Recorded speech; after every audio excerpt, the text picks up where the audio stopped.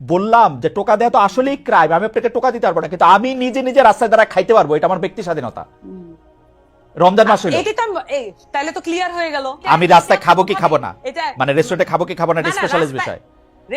এটার সাথে এটা সম্পর্ক না। এখানে দেখবেন যে রোজা অমুক তমুক অনেক কিছু নিয়ে আসছে এখানে কনসেপ্টের সাথে। আপনি যখন প্রশ্ন করছেন এখন আপনি আরো বেশি সিম্পলিফাইড করে ফেলতেছেন। আপনার প্রশ্নটা প্রথমে এটা ছিল না, আপনি এখন মানে এটাকে কম্প্রোমাইজ করতেছেন আপনি তর্কে জিতার জন্য। আমি বলতেছি যে সামান্তা লুক, সামান্তা এই যে শুনেন সামান্তা, এই তর্কে জিতা জাতীয় কথা মানে বললেন না। আপনি তর্কে জিতছেন 100-তে 99 পাইছেন। আচ্ছা খালেদ ভাই, আমি একটা জিনিস জিজ্ঞেস করতে চাই। জি করেন।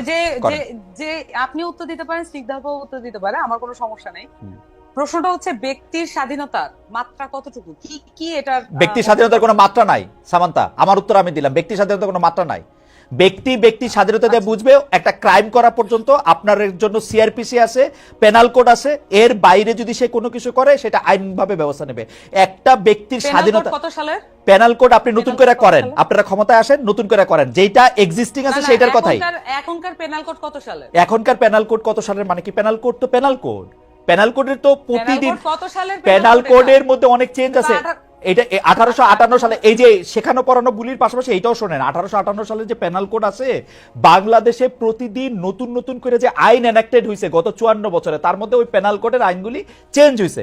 গড়ে বইটা 1858 সালের, কিন্তু বাংলাদেশের হওয়ার পরে যত আইন, হ্যাঁ সবগুলি চেঞ্জ হয়েছে। হ্যাঁ, তো যাই হোক, এইটা এখন যে জায়গায় দাঁড়ায় থাকে।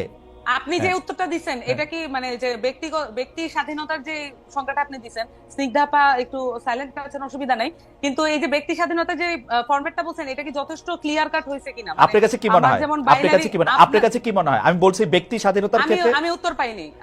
আপনি আমাকে আবার জিজ্ঞেস করেন প্রশ্নটা, এটা আমি আগে উত্তর দেই। ব্যক্তি স্বাধীনতার প্যারামিটার মানে এই আপনি মাত্র আমারে জিজ্ঞেস করছেন, আমি স্পষ্ট বলছি ব্যক্তি স্বাধীনতার কোনো সীমাবদ্ধতা নাই। ব্যক্তির স্বাধীনতার সীমা হচ্ছে, ব্যক্তির স্বাধীনতার সীমা হচ্ছে একটা ক্রাইম করা পর্যন্ত। যেমন ধরেন আমার ব্যক্তি স্বাধীনতা হচ্ছে, আমি বুঝি নাই কায়েম করা মানে, বুঝি নাই। আমাদের খাতা কলমে যেটাকে ক্রাইম হিসেবে গণ্য করা আছে, যেমন ধরেন আমার ব্যক্তি স্বাধীনতা নাই আপনাকে একটা টোকা দেওয়ার জন্য, এই টোকাটা একটা ক্রাইম, আমার এটা ব্যক্তি স্বাধীনতার মধ্যে পড়ে না। আমি আপনাকে এটা টোকা দিতে পারবো না, কিন্তু আমি আমাকে টোকা দিলেন, আমি মনে করলাম এটা একটা ক্রাইম, তাহলে আমি কি করব? না, মনে করলেন না, আমি টোকা দিতে পারবো না, টোকা দেয়াই ক্রাইম। আমি মনে করলাম যে এটা একটা ক্রাইম, সেইটাই তো আমি তো বললাম যে টোকা দেওয়া তো আসলেই ক্রাইম, আমি আপনাকে টোকা দিতে পারবো না, কিন্তু আমি নিজে নিজে রাস্তায় দ্বারা খাইতে পারবো, এটা আমার ব্যক্তি স্বাধীনতা। রমজান মাস হলো, তাহলে তো ক্লিয়ার হয়ে গেল। মানে এই বিষয়গুলো দেখুন, আপনি আর আমি যখন আলাপ করতেছি তখন কিন্তু একটা আলাপের মধ্য দিয়ে এটা একটা মধ্যস্থতা হয়ে যাচ্ছে। কোনো মধ্যস্থতা হয় নাই, আপনি কিন্তু আমার কথা বুঝতেছেন না সামান্তা, আমার কথা বুঝতেছেন না। আমার কথা আপনি বুঝতেছেন না, আমি আরেকটু ভালো করে বলি। যেমন আপনার সাথে আমি যখন আলাপ করতেছি, যখন আমরা 3 জন মিলে আলাপ করব, আমরা যখন 10 জন মিলে আলাপ করব, কোনো না কোনো বিষয় এটা মধ্যস্থতা এবং এটা কমন গ্রাউন্ডে আসতে স্বাভাবিক।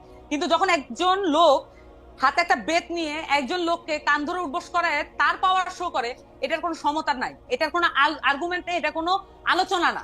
এটা হচ্ছে একজন লোক তার পাওয়ার শো করে আরেকজন লোককে ডমিনেট করতেছে, এটা হচ্ছে এই জিনিস। তার মানে এটা পরিষ্কার ভাবে এটা অন্যায়, এটা করা ঠিক হয় নাই। এবং এইটার ব্যাপারে আমি জানতে চাইছিলাম এটার ব্যাপারে এনসিপির কি অবস্থা? না না, এটা এনসিপির অবস্থান তো আমি বললাম, এর চেয়ে ক্লিয়ার আর কোন মানে আপনারা দুইজনই আমাকে বেশ একটা ট্রায়ালের মধ্যে নিলেন যে আমি কোনোভাবেই এটা ক্লিয়ার অ্যান্সার দিচ্ছি না। How can I be clear more than this?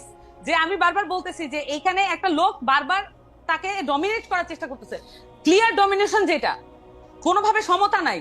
এখন ধরেন আমরা যখন আমাদেরকে এখানে বলা হয় যে আমরা ফাইট করছি ইয়ার সাথে, মানে আওয়ামী লীগের সাথে, এটা একটা অসম লড়াই ছিল, আমাদের ছেলেপেলের হাতে ছিল লাঠি আর ওখানে ছিল বন্দুক আর উপর থেকে এয়ার স্ট্রাইক, তাহলে এটা কিভাবে সমতার ভিত্তিতে? এটা তো লড়াইও না, এটা হচ্ছে পুরো খুন করার জন্য একেবারে আক্রমণ।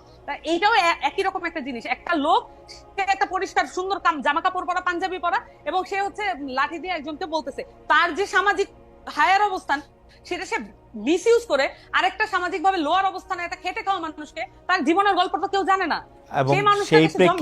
সেই প্রেক্ষিতে আমি জানতে চাইছিলাম যে এনসিপি রেস্টুরেন্ট খোলা রাখা, বন্ধ রাখা, কেউ এই ধরনের কাজ করানোর জন্য এটা সাপোর্ট করে কিনা? দুইটা সেপারেট জিনিস। হ্যাঁ, খালেদ ভাই, এটা দুইটা সেপারেট জিনিস। আমরা যদি এই জিনিসগুলোকে আলাদা করতে না পারি তাহলে আমরা আচ্ছা বলেন তো, একটু বুঝান।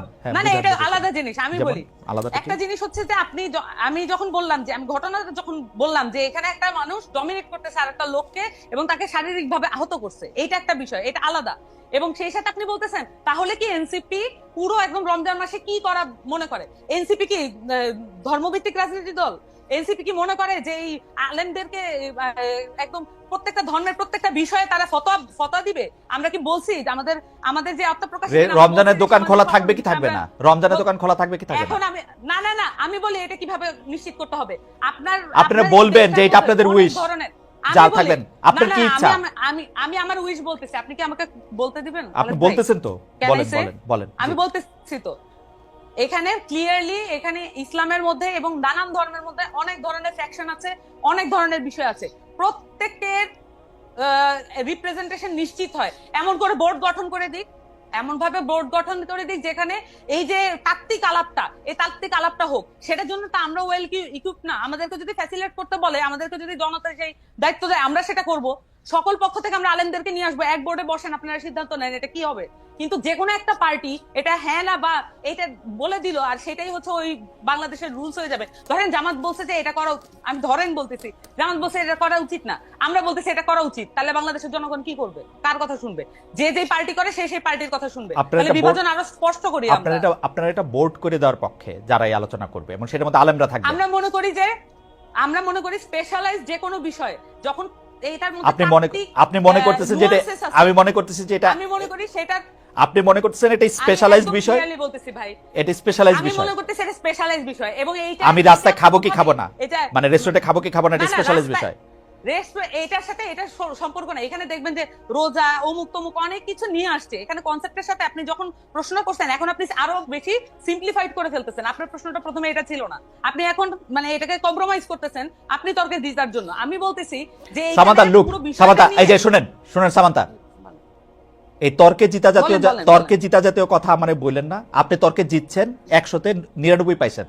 আপনার কথা আমি বুঝতে পারছি, থ্যাংক ইউ। আমি ডক্টর স্নিগ্ধার কাছে যাই। ডক্টর স্নিগ্ধা, আমি জনাব আমি সামান্তা শারমিনের কথা আমি বুঝতে পারতেছি।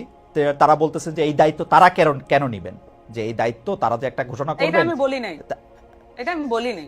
আচ্ছা আবার বলেন কি বলছেন। না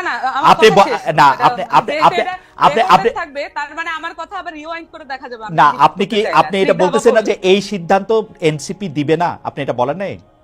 যে আমি বারবার বলেছি এনসিপির কাছে যদি জনগণ সকলে মিলে বলুক এনসিপি এটা সলভ করতে হবে, কিন্তু তা তো না। এক একটা পলিটিক্যাল পার্টি, এক একটা জনগোষ্ঠী এক একটা পলিটিক্যাল পার্টি করে। তাহলে এই যে এতগুলো মানুষের দায়িত্ব তো আমরা যদি নিতে চাই তাহলে আমাদেরকে তো ফর্মালি দিতে হবে। তাহলে আমরা সকলকে মিলে এটা বোর্ড গঠন করে আমরা এই সমাধানগুলো দিয়ে দিই।